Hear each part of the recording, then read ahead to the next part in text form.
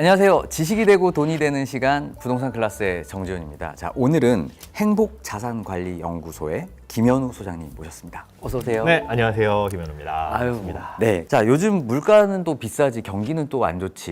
네. 당장 쓸 돈은 없는데 돈 관리는 또 무슨 뭐 이런 이야기를 하시는 분들도 계세요. 네. 뭐 환경의 문제인지 혹은 의지의 문제인지 한번 짚어가야 될 것 같아요.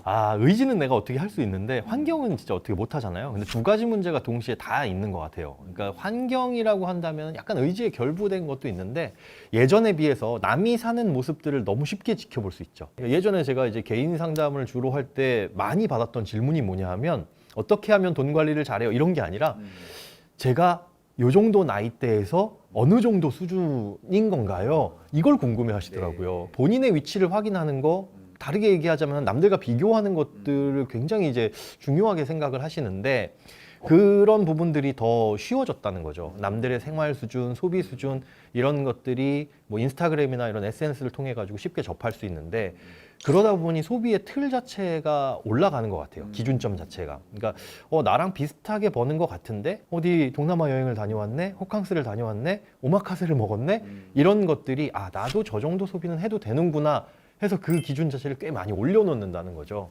근데 어쨌든 환경이 그렇게 바뀌다 보니까 소비를 하고자 하는 욕구, 유혹들도 많이 늘어나고 있고 거기에서 이제 갖춰야 될 게 그걸 참고자 하는 의지인데 그 의지를 나의 스스로 통제력에만 맡기기에는 좀 쉽지가 않다는 거죠. 왜냐하면 신용카드라는 게 있기 때문에 지금 잔고가 하나도 없어도 외제차 한 대를 구입할 수 있는 그런 신용거래 환경이 됐잖아요.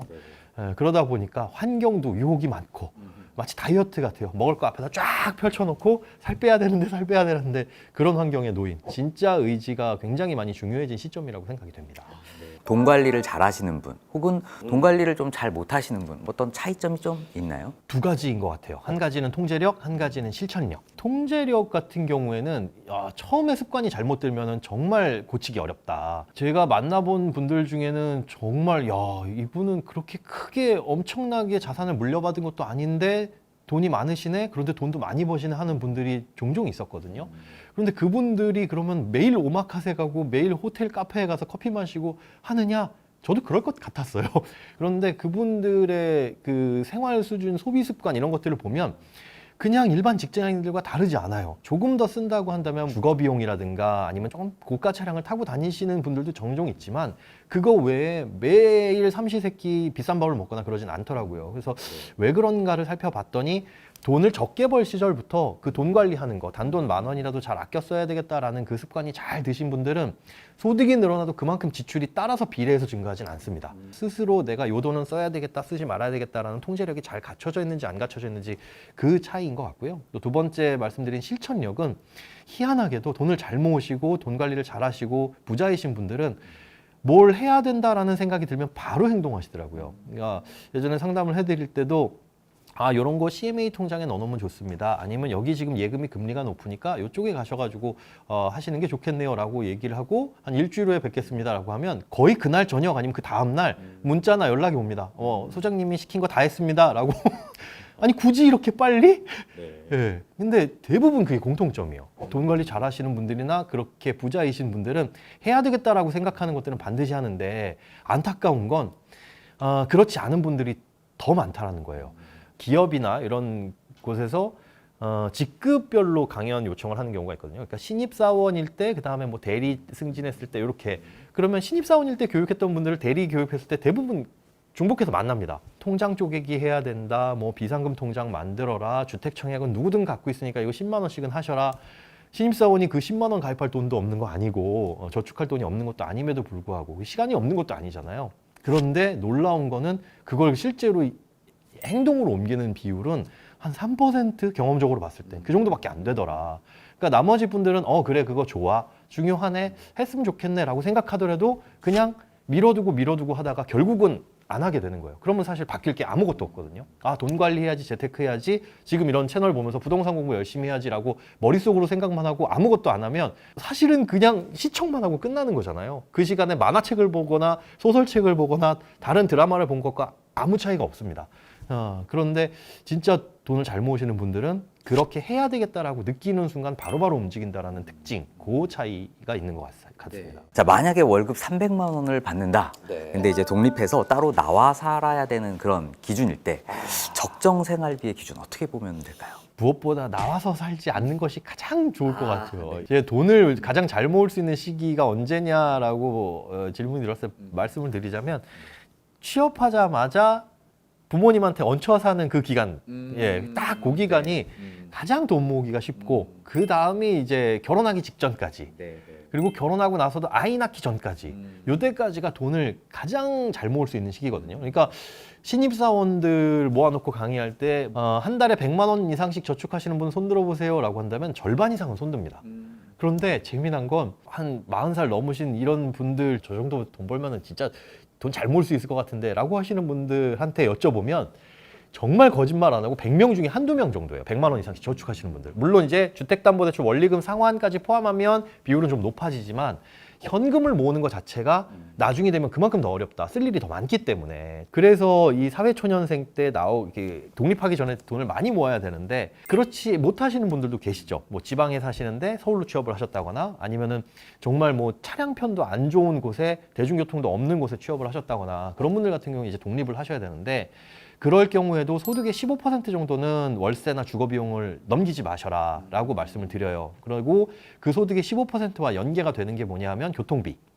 그러니까 사실 독립을 하는 이유가 좀 전에 말씀드린 것처럼 집에서 출퇴근을 못하는 경우들이 대부분이거든요. 집은 영등포인데 회사는 여의도인데 내가 부모님이랑 같이 사는 거 싫어가지고 어디 뭐 당산 쪽에 월세를 얻어서 산다. 이건 말이 안 되는 거죠. 거리가 멀어가지고 독립을 하는 거라고 한다면은 직장과 가까이 간다면 아낄 수 있는 게 교통비잖아요. 그래서 이제 월세와 연동돼서 주거비용과 연동돼서 생각해야 되는 게 교통비인데 직장과도 먼데 출퇴근 시간도 오래 걸리고 교통비도 많이 들어가는데 심지어 월세도 비싸. 이거라고 한다면 뭔가 잘못된 거죠. 그래서 월세 비용이나 뭐 교통 비용을 같이 포함해서 연동해서 생각을 하시되 주거 비용은 가급적이면 15%를 넘지 않도록 하고 이렇게 말씀드리면 서울에 월세 찾아보면 요즘에 아무리 못해도 반지하 들어가도 40만 원입니다. 고시원 들어가도 그 정도는 줘야 됩니다 하시는 분도 있어요. 물론 처음엔 그럴 수밖에 없습니다. 특히나 월세촌, 대학가 이런 데들은 더 비싸요. 아예 그냥 사이드로 벗어나서 90년대 지어진 정말 옛날 그 빨간 벽돌식 빌라 있잖아요.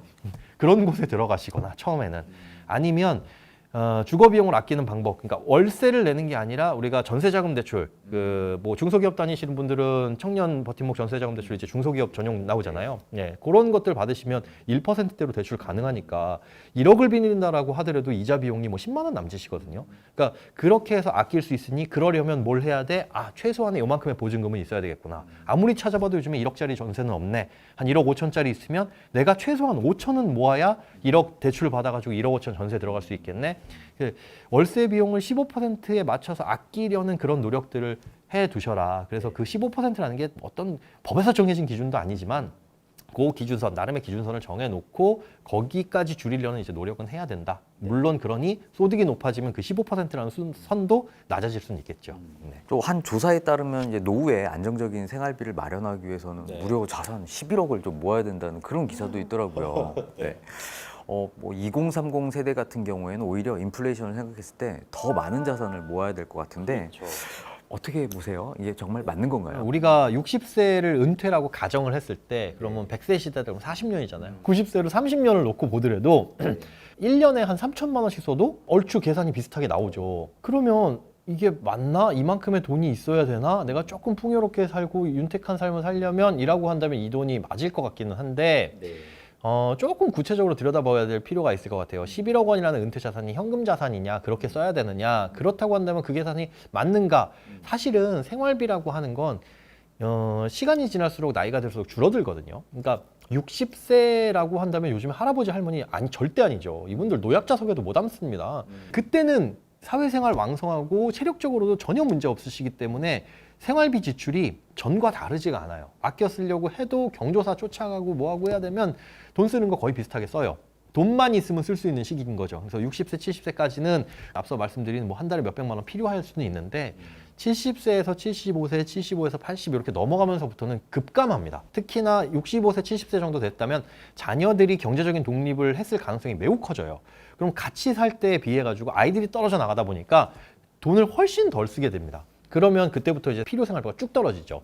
그렇게 해서 필요 생활비만을 놓고 봤을 때 현금이 얼마냐 필요하냐, 내가 연금 자산이 얼마나 필요하냐 이런 걸 계산해 보면 11억 원까지는 안 가도 충분합니다. 그래서 이런 숫자 자체가 한 달 생활비가 뭐 국민연금연구원에서 보니까 최저 얼마는 필요하고 그래도 기본적으로 좀 넉넉한 삶을 살기 위해서는 부부 가구 뭐 300 얼마는 필요합니다. 곱하기 30년 이렇게 해서 나온 결과라고 한다면 이거는 그렇게 심각하게 받아들일 필요 없다. 사실 지금 내가 열심히 돈을 벌고 있는 상황에서 11억이라는 현금 자산을 갖고 있는 분들도 많지가 않잖아요. 그리고 그걸 갖고 있기도 쉽지가 않은데 지금도 없는 자산이 60대에 생기겠느냐? 안 생깁니다. 소득이 아예 끊어져 버리는 시기에 그럼 그 돈이 마련될 수 있느냐라고 한다면 불가능한 거고, 그렇다면 내 노후 준비는 틀렸냐? 그게 아니라 계산을 해봤을 때 잘못 계산된 측면도 있다. 병원비나 이런 것들이 더 들어갈 수는 있으나 그런 것들은 이제 어쩔 수 없는 거니까 보험으로 해결돼야 될 부분인 거고요.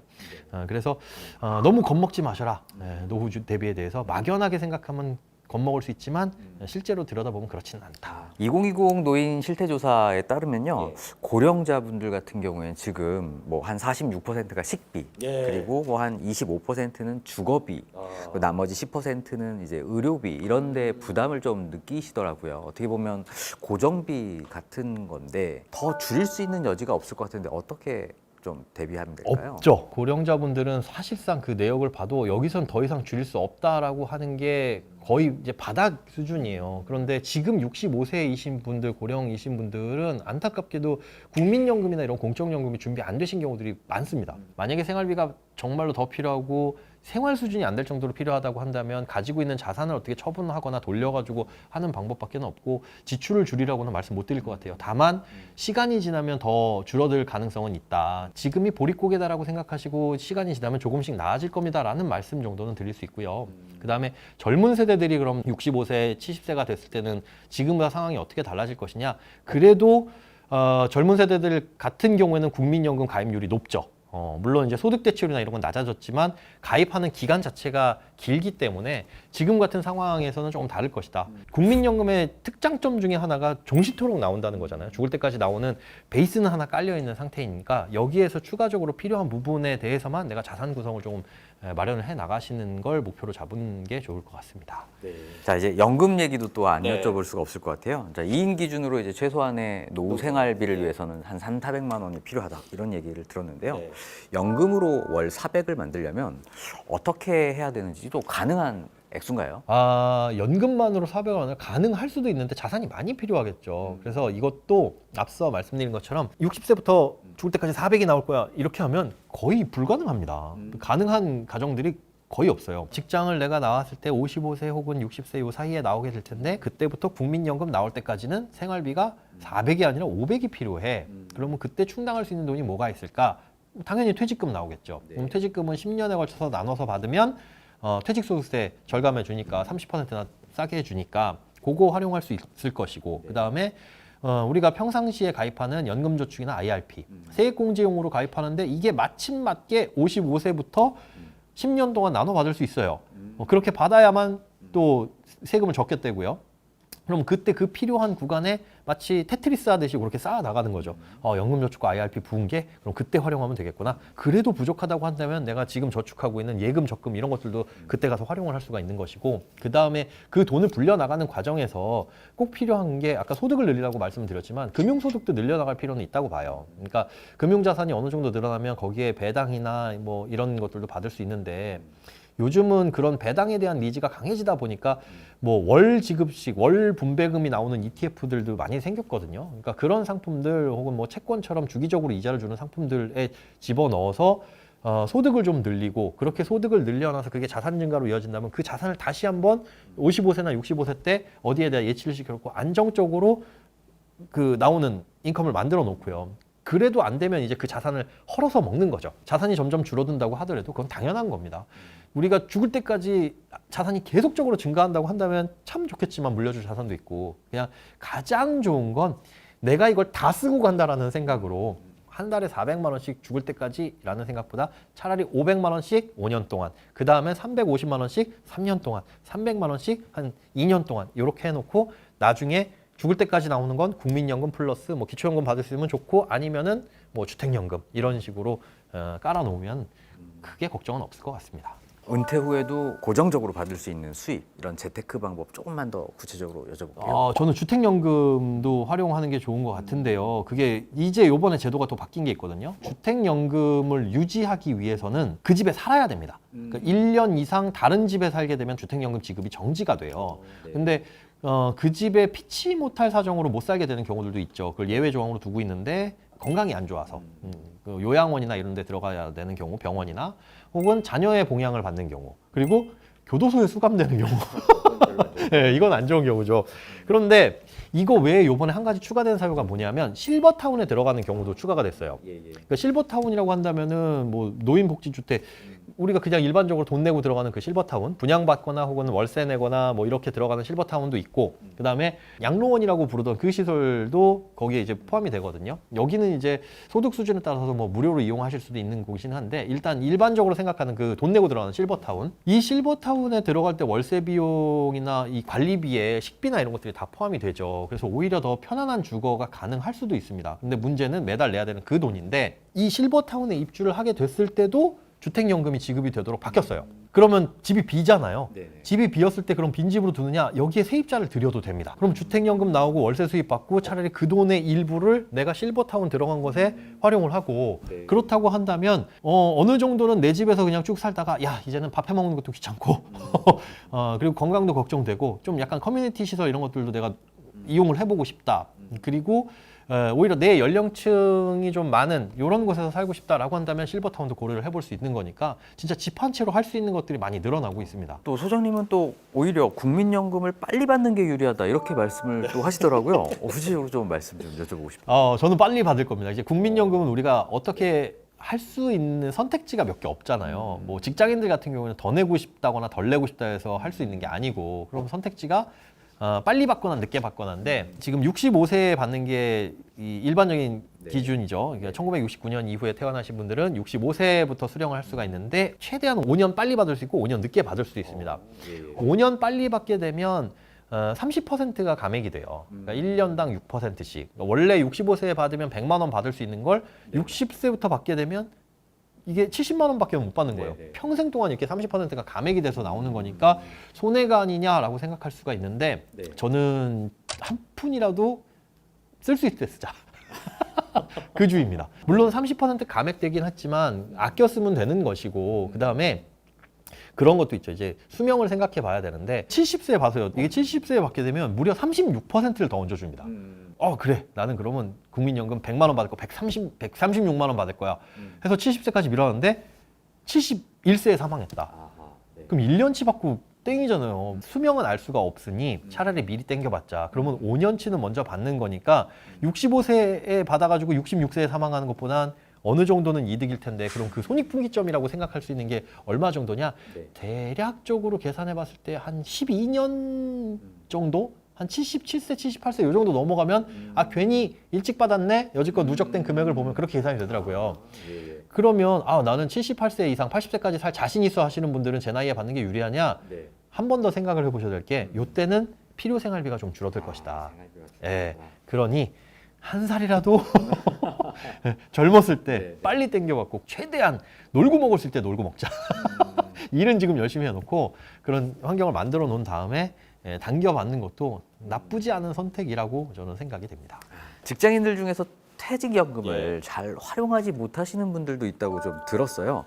퇴직연금 활용 팁. 이게 퇴직연금이 도입된 이후에 연금으로 지금 수령을 하실 만한 대상자가 많이 안 나오다 보니까 그냥 이거 퇴직금으로 받아서 쓰면 되는 거 아니야 생각을 하시는데, 일단 기본적으로 연금으로 받게 되면 퇴직소득세의 30%를 깎아준다는 거. 근데 퇴직소득세라는 게 장기간 근속하게 되면 워낙 또 적다 보니까 이게 큰 의미가 없기도 해요. 그런데 이 퇴직금을 중간중간 이직하시는 분들이 이게 다 헐어먹는 경우들이 많이 있습니다. 근데 그런 경우에 좀 팁을 드리자면 그러지 마셔라.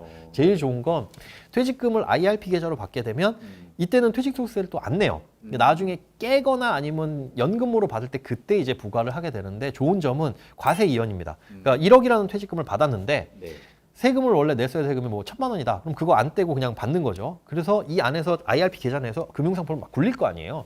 근데 그렇게 굴리는 중간에 이자나 배당 소득이 발생하더라도 여기서도 세금을 안 매깁니다. 그냥 여기는 진짜 비과세 영역이 된 거예요. 안전지대죠. 세금으로부터의 안전지대.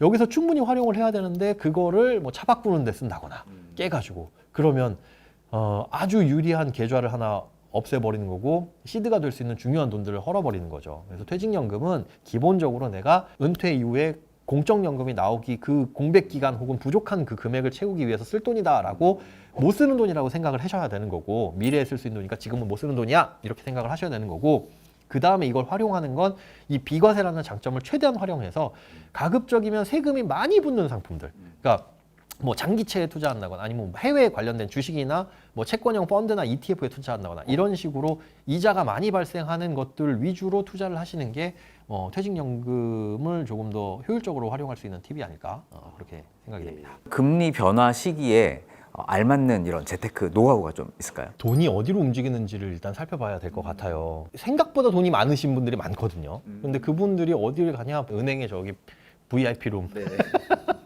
PB룸이라든가 뭐 이런 것들을 많이 가죠. 그럼 도대체 그 안에서 돈이 어디로 굴러갈까? 근데 거기보다 약간 문턱이 낮은 곳이 증권사는 방은 아니지만 칸막이로 되어 있어서 그래도 한 1,000만 원에서 3,000만 원 정도만 들고 가면 거기서 상담은 받아볼 수 있습니다. 시간이 되시거나 돈이 되신다면 그런 곳에 종종 들러서 주로 요즘에는 돈 많으신 분들 뭐 가입하시는지는 한번 알아보실 필요는 있는 것 같아요. 근데 알아보면 작년 말이나 요 때부터 장기 채권들을 많이 매수를 하시거든요. 그러니까 앞으로 금리가 낮아질 것 같다라는 기대가 점점 커지다 보니까 채권의 가격이 지금보다는 올라갈 것이다라고 예상을 하는 거죠. 국채 중에 하나를 예를 들자면 2020년에 한 2월쯤에 발행된 30년 만기 국고채가 있는데 그 금리가 1.5%입니다. 그러니까 코로나 거의 그때쯤이니까 금리가 굉장히 낮았었죠. 이때 1.5%짜리 30년 만기 채권을 발행을 했으니 지금 기준금리가 3.5%인 상황에서 이건 무슨 이런 채권이 다 있어? 라고 생각하기 때문에 가격이 많이 떨어져 있거든요. 그 가격이 작년 10월에 얼마였나 보면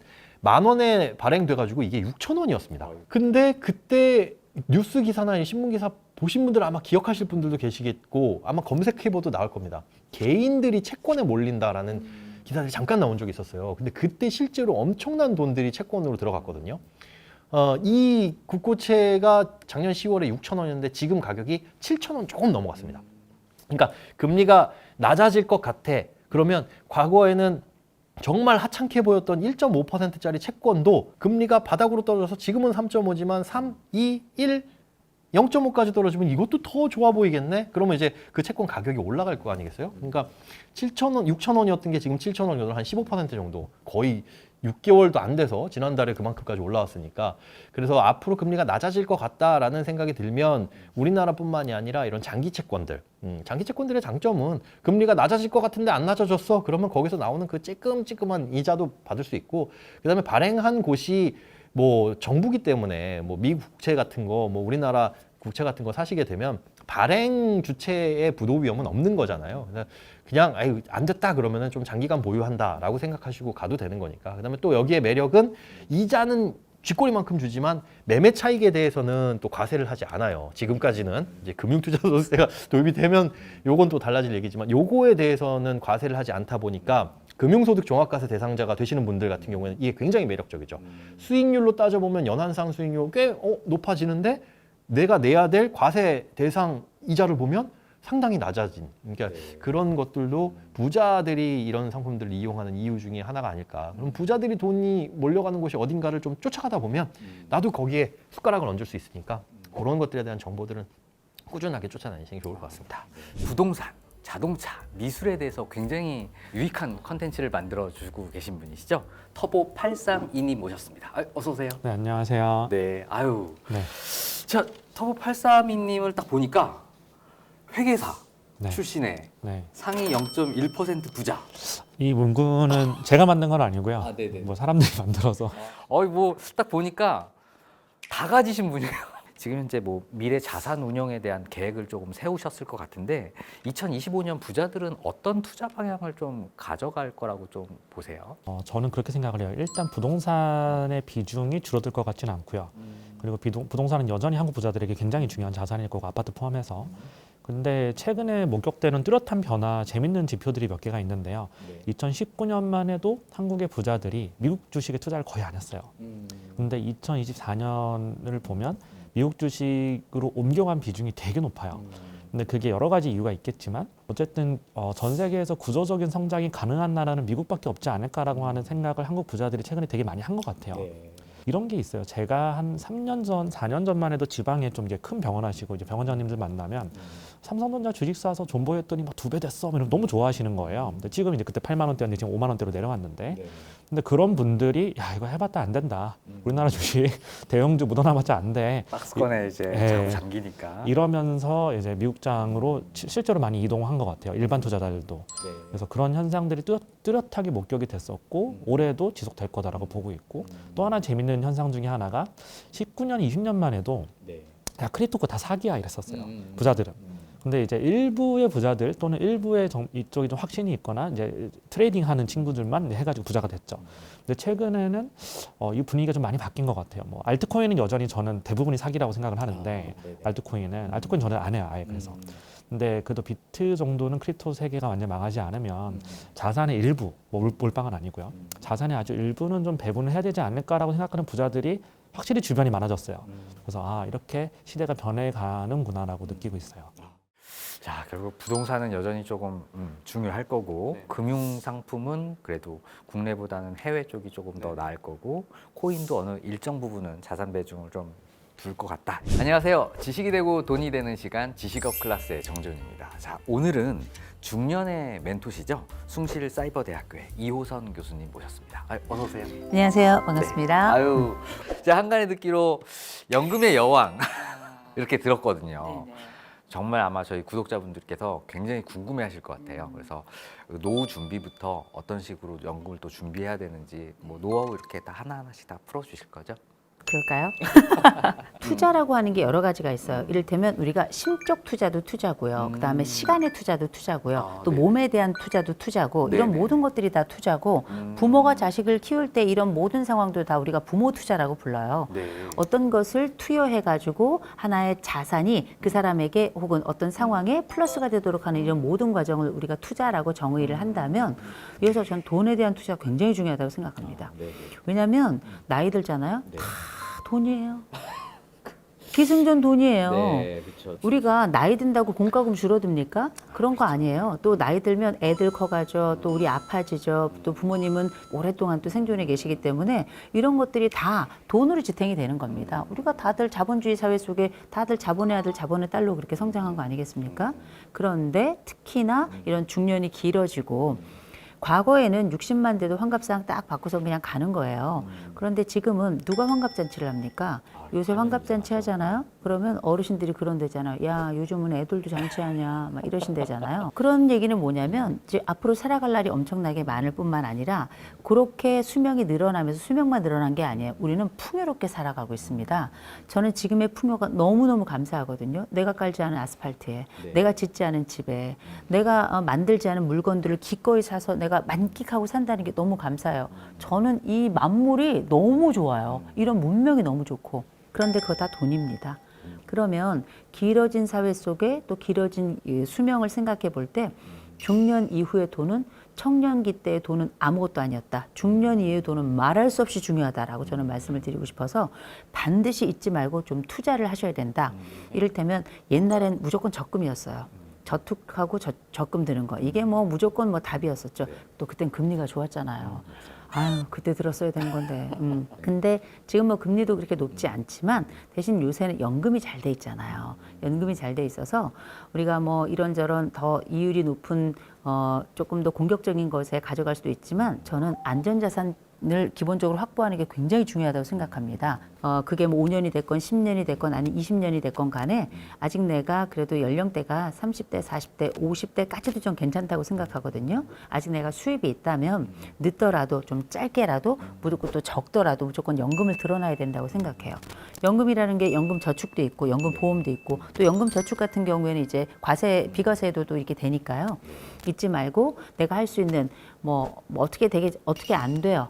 그냥 손가락 빨고 살아야 되는 겁니다. 목숨만 부지하고 살아야 되는데 풍요롭게 살았던 사람들이 갑작스럽게 소득이 딱 절벽이 되면서 실질적인 가난을 경험하게 되잖아요. 그때는 이미 되돌릴 수가 없어요.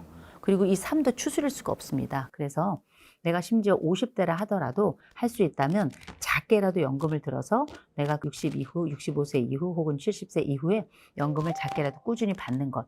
내가 한 달에 지금 30만 원 아무것도 아닌 것 같지만 중년 넘어서 노년 넘어가잖아요. 한 달에 30만 원은 정말 하늘의 금과 같아요. 이런 모든 것들이 다 뭐냐면 자금인데 이런 자금을 내 인생을 위해서 사용한다면 전 이거를 투자라고 부르고 싶고요. 이때 투자는 우리가 알고 있는 뭐 기업에 투자하고 뭐 이런 거하고는 조금 다르겠죠. 또 투기하고도 좀 다를 겁니다. 길어진 인생 속에서 이제 앞으로 내가 만들어 놨던 것들을 나누어 써야 되는 이 길어진 삶 속에서는 지금의 인생에 해야 될 몇몇 가지 연금에 대한 투자 같은 경우는 저는 정말 2번, 3번 가까운 분들에게는 꼭 물어봅니다. 예전에 저 같은 경우에는요, 그 젊었을 때, 그거 뭐, 우리가 뭐 주식이나 부동산 투자하지, 강하게 투자하지, 이런 생각을 갖고 있었는데, 나이가 들면 들수록, 연금이라는 거에 대한 매력이 좀 느껴지더라고요.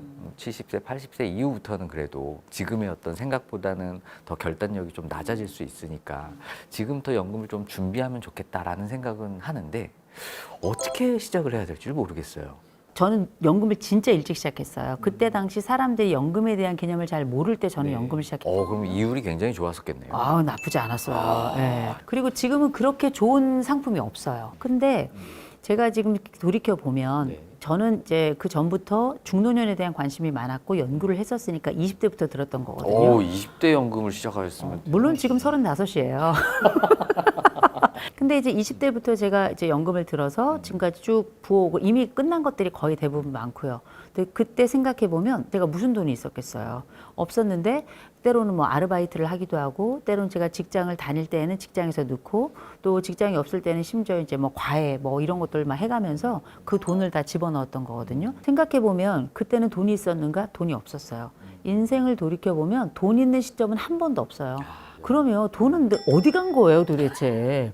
그래서 우리가 왜 뭐 통장에 월급이 묻는다, 스쳐 지나간다 이런 얘기 하는데 우리가 그런 순간이 있다 하더라도 저는 삶의 우선순위가 되게 중요하다고 생각합니다. 요새는 보니까 왜 연금 적금 비슷한 걸로 뭐가 나오냐면 커피 한 잔 값으로 하는 거.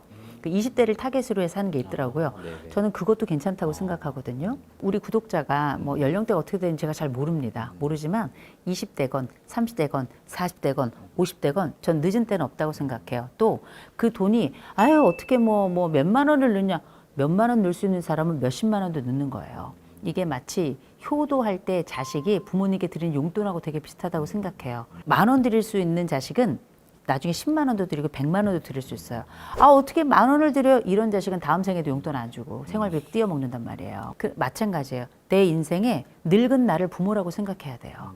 그래서 지금 내가 내 부모 부양하는 거 굉장히 중요하지만 나에게는 또 하나의 부모가 있다고 생각해야 된다고 저는 그렇게 믿어요. 그래서 이 길어진 세월 동안에 내가 내 자신이 언제까지 능력이 있을 거라 생각하지 마시고 나중에 어떻게든 되겠지? 이제 부양의 선순환이 끝났잖아요.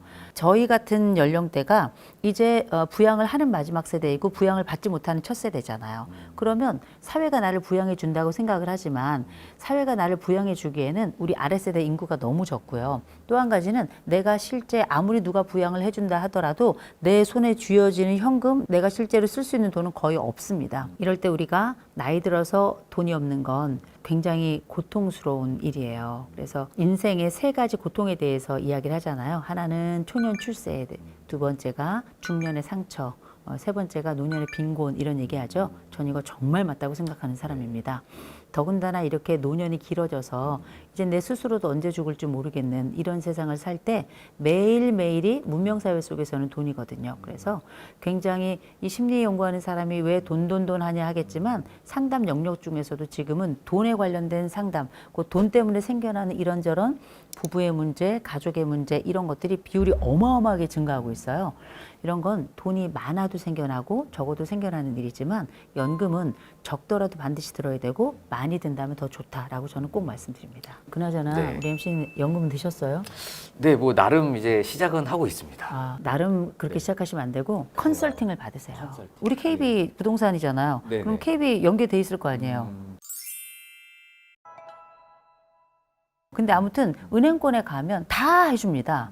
그러니까 보시고 나에게 가장 적합하고 요새는 또 이런 그 변액으로 된 것들도 많이 있어서 적은 돈을 시작해서 나중에 늘릴 수도 있으니까 내가 적다 생각하지 마시고 지금부터라도 시작한다면 또 가능하면 여러 개의 핵심적인 또 의미 있는 상품들을 골라가지고 잘 한다면 제가 볼 때는 더 든든해지고 또 삶에 대해서도 안정감이 느껴지니까 나머지 일도 더 잘 풀리지 않을까 싶어요. 노후 준비 그 중에서도 이제 노년기에 해야 될 거를 한번 좀 여쭤보고 싶어요. 자, 우리가 건강한 노년기를 좀 보내기 위해서 가장 먼저 좀 준비해야 될 게 좀 뭐가 있을까요? 많아요. 맞습니까? 네. 많은데 네. 사실 제일 먼저 노후 준비를 언제부터 해야 될 것인가부터 얘기를 해야 될 것 같아요. 네, 네. 노후 준비는 언제부터 해야 되는가? 지금부터 해야 돼요. 저는 태어나면서부터 해야 된다고 생각해요. 왜냐하면 우리가 지금은 나라는 사람이 1세기를 이상을 살아요.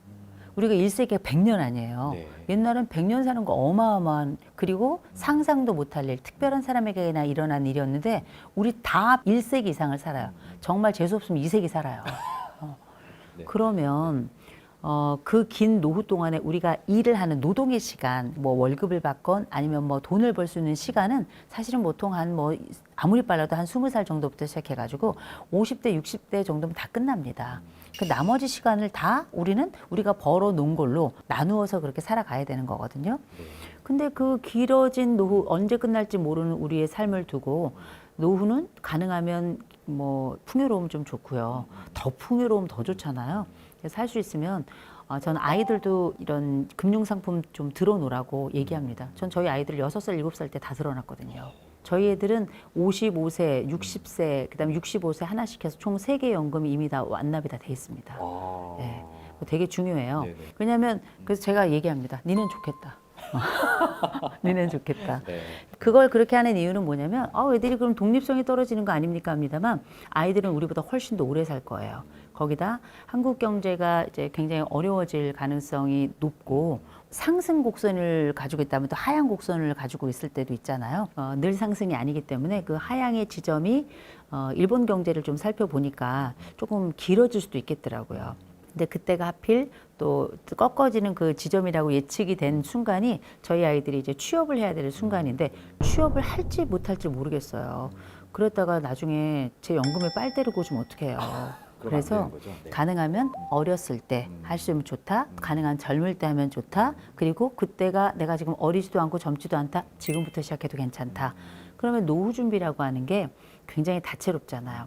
내 몸에 대한 준비도 해야 되고 돈에 대한 준비도 해야 되고요. 마음에 대한 준비도 해야 되고 관계에 대한 준비도 해야 되고 또 나머지 여가 시간에 대한 준비도 해야 되고 굉장히 할 게 많거든요. 할 게 많지만 이걸 완벽하게 해내는 사람은 없어요. 또 내 마음에 쏙 들게 해내는 사람들도 거의 없고요. 그래도 안 해놓는 것보다는 하는 게 낫다. 또 나중에 하는 것보다는 지금 하는 게 낫다. 먼저 이 말씀을 드릴 수 있을 것 같아요. 네. 주택연금을 좀 같이 드는 건 좀 어때요? 좀 필요하시면 전 들어도 정말 좋다고 생각해요. 왜냐면 제가 거기 지금 자문위원으로 있거든요. 근데 한국주택금융공사에서 자문위원으로 이렇게 있다 보니까 이걸 제가 홍보하려고 하는 게 아니고요. 이런 프로그램이 한국밖에 없어요. 이게 대출이 아니에요. 우리가 그 대출을 받으면 그 대출 갚아야 되잖아요. 그거 아니거든요. 내 집에 살면서 나라가 이 집이 가지고 있는 가치만큼의 돈을 매달 나한테 주는 거잖아요. 우리가 나이 들면 돈이 어디 있어요. 그렇잖아. 또 나이 들었을 때 자식이 나를 부양한다는 보장이 어디 있습니까? 그래서 우리가 보통 사칙연금 얘기하잖아요. 네. 국민연금 들어가고 그다음에 개인연금 들어가고 퇴직연금 들어가고 마지막에 이제 주택연금 얘기를 하는데 주택연금은 저희 시어머니 그리고 저희 친정 부모님 다 드셨어요. 제가 다 강추해가지고 네. 제 주변에 연세 조금 있으시면서 집이 한 뭐 10억 미만으로 있는 분들 대부분 다 10억이 안 되잖아요, 돈이.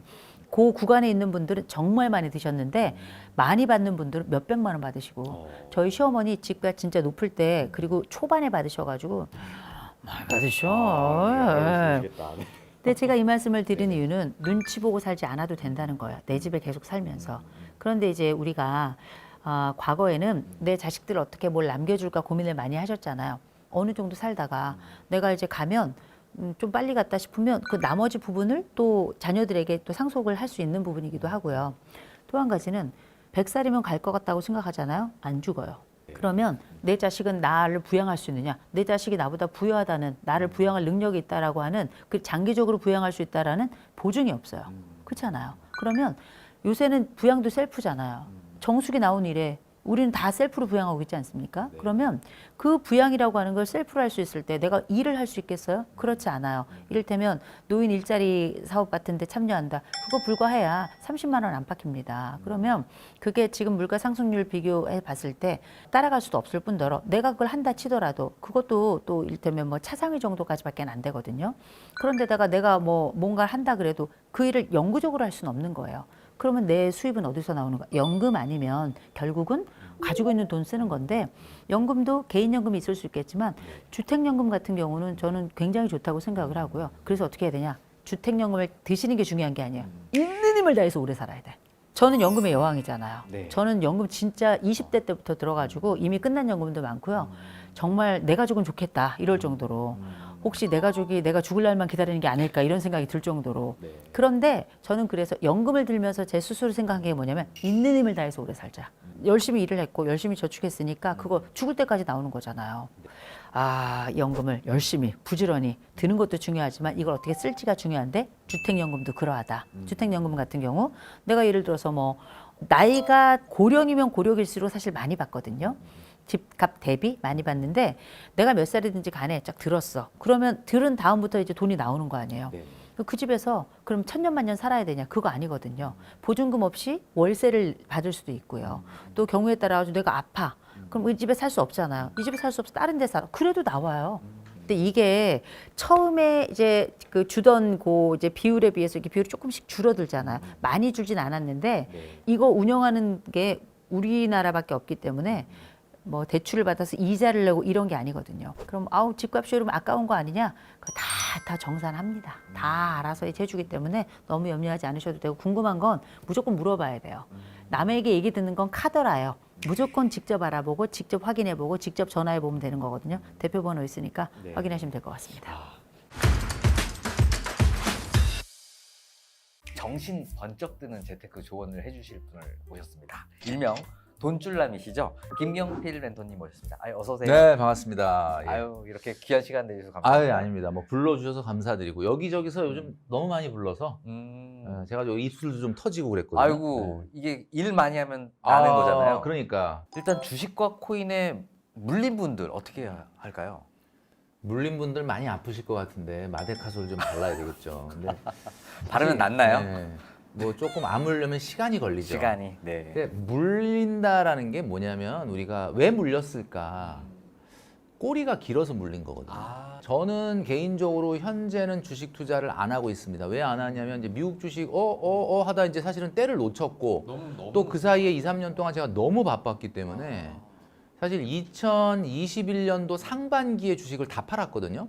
그러니까 사실은 시기적으로는 참 좋았죠. 물론 제가 팔고도 굉장히 더 많이 오르긴 했는데 그 전에 워낙 많이 먹었거든요. 그래서 야 이제 욕심 부리지 말자. 그러니까 저는 기본적으로 투자를 저축만큼은 신경을 안 쓰는 스타일이긴 하지만 해야 될 땐 하거든요. 근데 이제 뭐냐면 소위 말하는 많은 분들이 오해하는 게 이거는 뭐 제 개인 의견입니다. 저는 절대 장기 투자하면 안 된다고 생각하는 사람 중에 하나예요. 왜냐면 장기 투자라는 게 머릿속에 있기 때문에 자꾸 물타기를 하고 꼬리가 길어서 밟히고 물리는 거거든요. 절대 직장인들은 그 회사의 펀더멘탈에 따라서 어떤 회사든 주당 순이익의 성장률, 그 다음에 주당 순자산이 늘어나는 거에 주가가 수렴한다라는 이 펀더멘탈에 의한 가치 투자, 이걸 위해서는 뭐 장기 투자를 해야 된다? 저는 개인적으로 왜 직장인들이 장기 투자가 안 되냐면 직장인은 그렇게 오랫동안 주식에 돈을 넣을 수 있는 돈이 없어요. 왜냐면 빨리 이걸로 결혼해야지 집 사야지 이러는데 언제 그걸 그냥 하염없이 넣어놓습니까? 그래서 저는 이렇게 하는 게 지론이에요.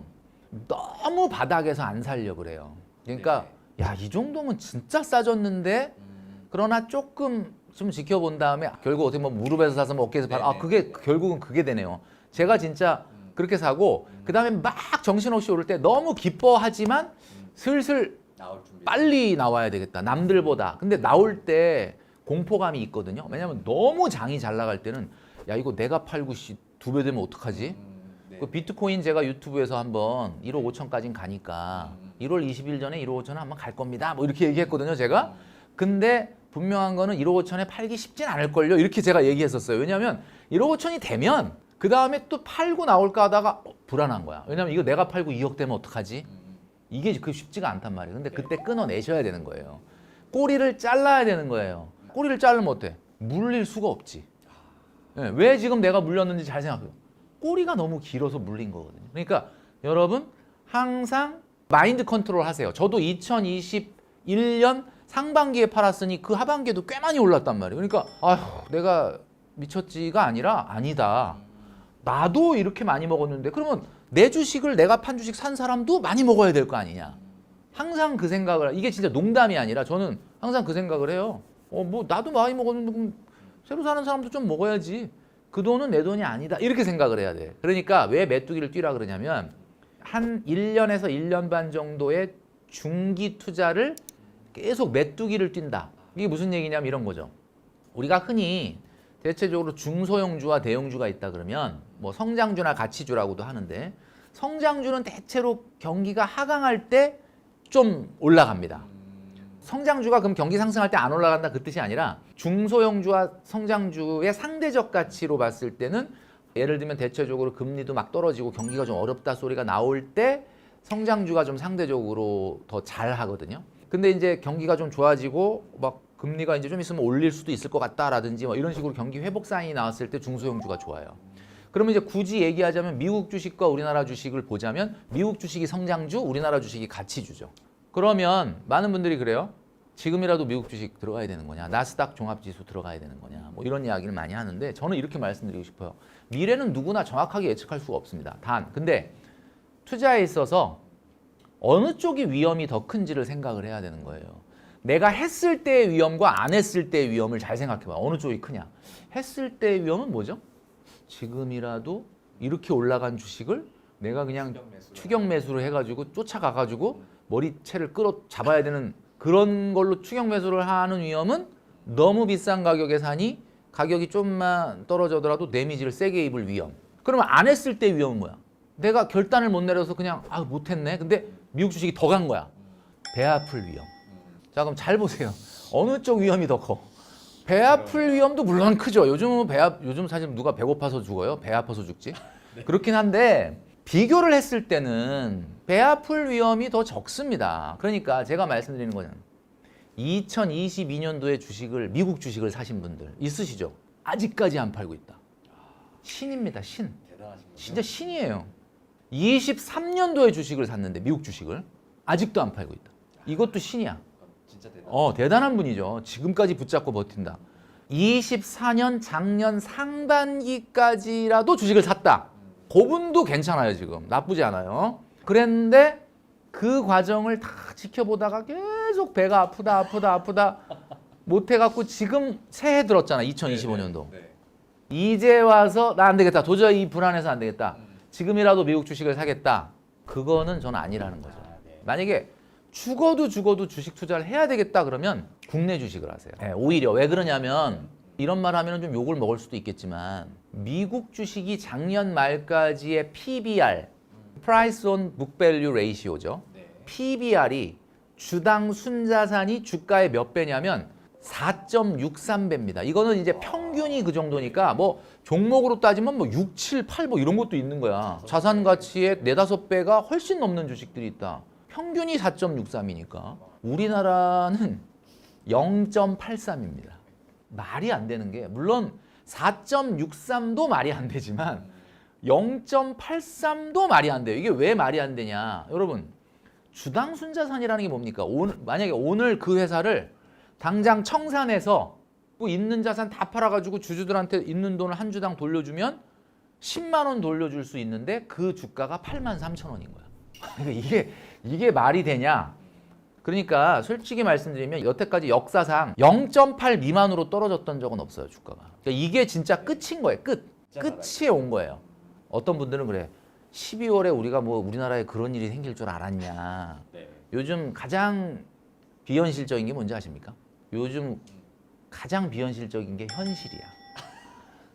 도대체 뭐 이런 일이 생길 줄을 모르는 거잖아요, 우리가. 그게 진짜 비현실적이잖아요. 그러니까 한마디로 그런 새로운 악재가 대한민국에 다시 쏟아진다면은 모르겠는데 그게 아니라고 한다면은 원달러 환율이 5년 연속 계속 상승했던 적은 단 한 번도 없고 올해마저도 계속 벌어진다면 이게 역사상 처음으로 6년 연속 원달러 환율이 올라가는 건데 굳이 얘기하자면은 미국 주식이 막 폭락한다 그런 뜻은 아닌데 그렇게 가야 된다. 그래서 저는 어떤 투자를 하느냐? 장기 투자는 꼬리가 길면 밟히고 물릴 수 있는 상황이 반드시 생기고 9년 동안 엄청나게 좋은 성과를 내도 한 번 물리면 그냥 끝장나는 게 주식시장이기 때문에 저처럼 메뚜기를 뛰어라. 그래서 바닥에서 너무 바닥을 확인하려고 하지 말고 그냥 어느 정도 싸다고 느낌이 있으면 사고 뭐 좀 올랐네. 좀 많이 먹었네. 그러면 미련 없이 팔고 이 전략을 가져가시는 게 직장인한테 가장 맞지. 무슨 내가 무슨 전문 투자자입니까? 뭐 집에다가 모니터 막 2대 세워놓고 그런 거는 하시면 안 돼요. 왜냐하면 그게 바로 에너지 낭비고 일터에서의 여러분들의 성장을 저해하는 거다.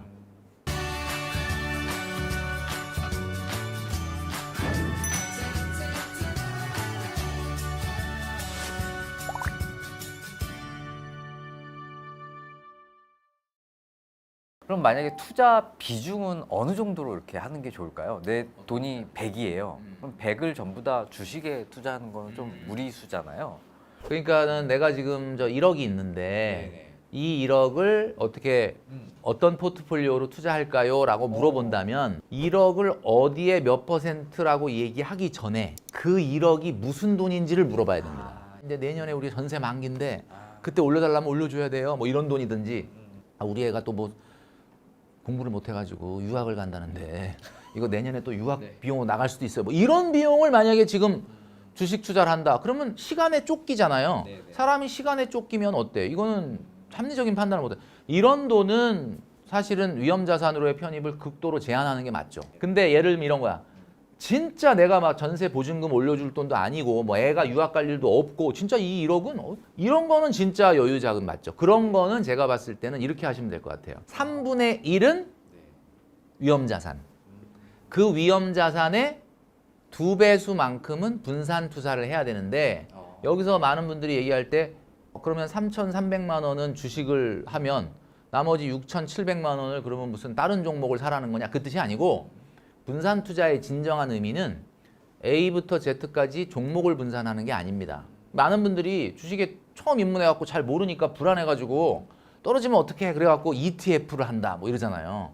ETF가 뭐야? A부터 Z까지 뭐가 오를지 모르니까 다 사는 거잖아요. 그죠?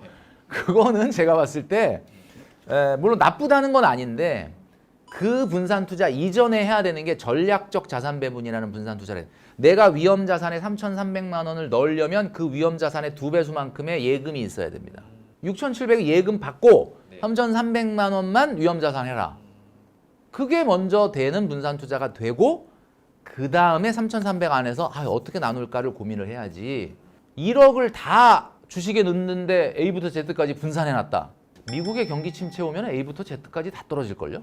그렇죠. 그러니까 그걸 여러분들이 생각을 하셔야 된다는 거죠.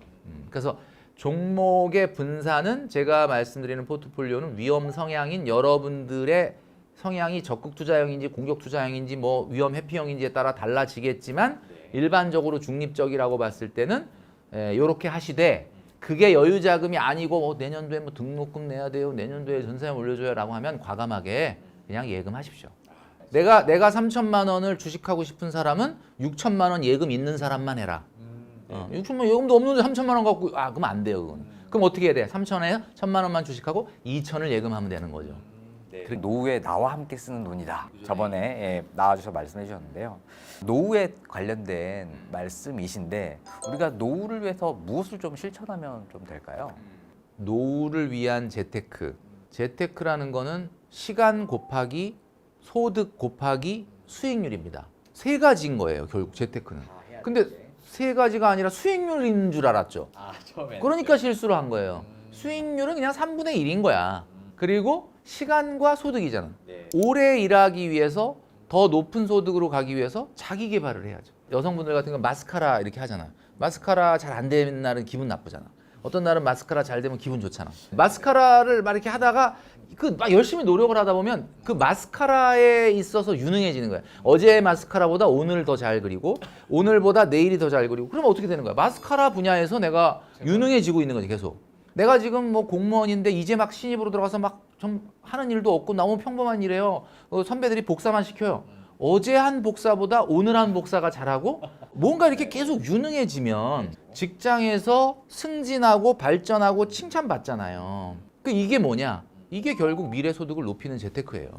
그리고 내가 엑셀을 사무실에서 하는데 사실 뭐 그렇게 고급 기능이 필요가 없어. 그냥 단순 업무에. 그렇지만 엑셀의 고급 기능을 한번 공부해보자. 공부를 해. 그 고급 기능을 배우면 뭐가 세이브가 되냐면 시간이 세이브가 돼요. 이런 성장이 모여가지고 그 사람이 성장, 발전, 승진도 하고 이직도 하고 이 노력을 안 하면서 뭐 새벽 3시에 일어나고 미국 주식 보고 그런 거는 제가 봤을 때는 이거는 너무 수익률에만 매몰되어 있는 재테크다.